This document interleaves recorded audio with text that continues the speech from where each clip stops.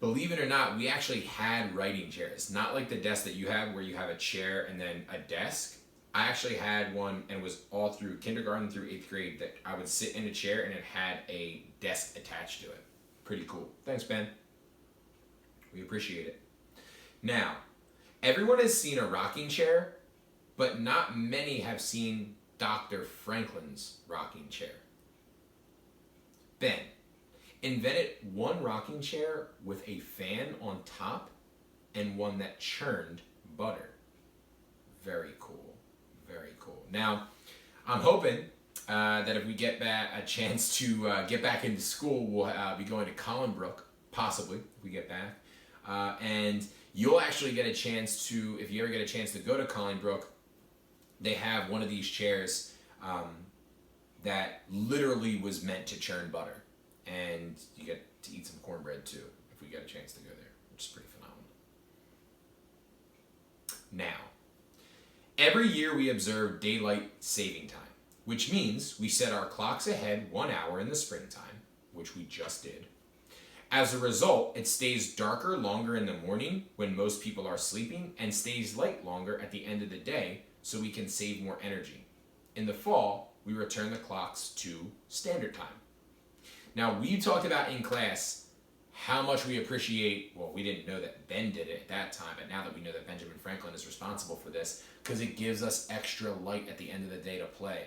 Remember, I used to talk about when I was a kid how much I loved when the clocks would spring forward, because then I'd have an extra hour and a half to play at the end of the night. And my parents' rule was that I had to come in when it got dark out, so that was a big thing for us when we were kids.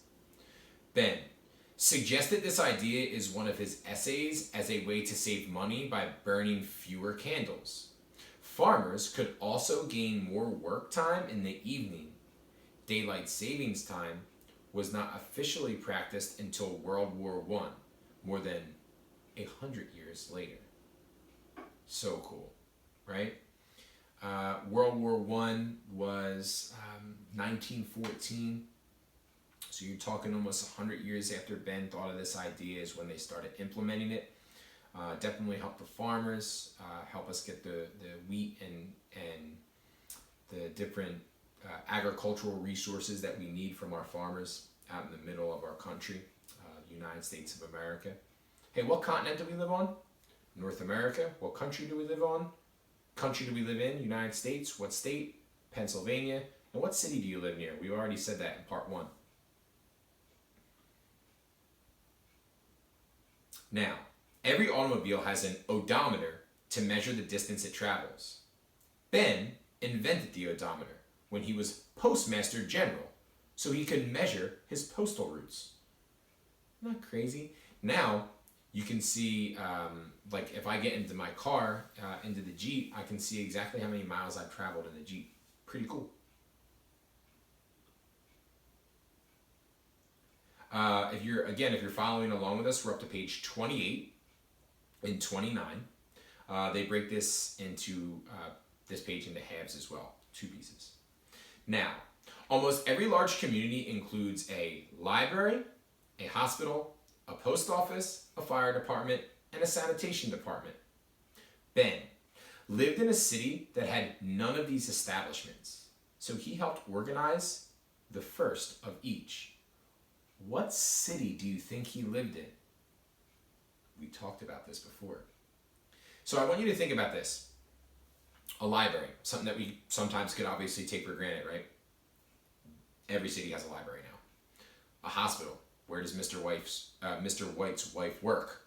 Children's Hospital. She's actually there right now as I'm doing this. Need those to keep people safe and healthy, especially at a time like this. Post office. If you send someone mail, you need someone to take it. Fire department, okay? You need firemen. If God forbid there is a fire, you need somebody to come out and you need to help out. That's what the fire department's for. And then, of course, the sanitation department. They're the people who come up when you're done with your trash and you put it out there on the curb and then you go out and it's gone. Sanitation department, all right? These are all these vital things that prior to Ben Franklin, they did not exist. So think about how dirty and how dangerous a city would be if we didn't have all those things. So thank you, Ben.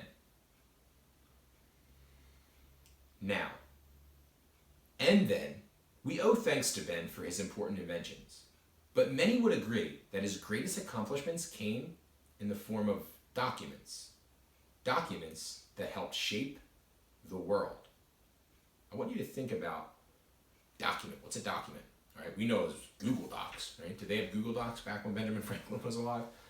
I don't think so, right? The computer wasn't around yet. Documents. What are those? Okay, they're pieces of paper with words on them. Let's hear about the document that he created that was so important. Ben had a pivotal role in developing America's Constitution, the Treaty of Alliance with France, the Treaty of Peace with England, and the Declaration of Independence.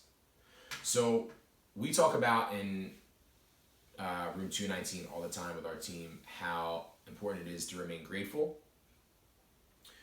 We live in a country that we should be tremendously grateful for being in, and these documents are essentially the foundation of what we live for in this country. So huge shout out to our boy Benjamin Franklin for helping in his role with those documents.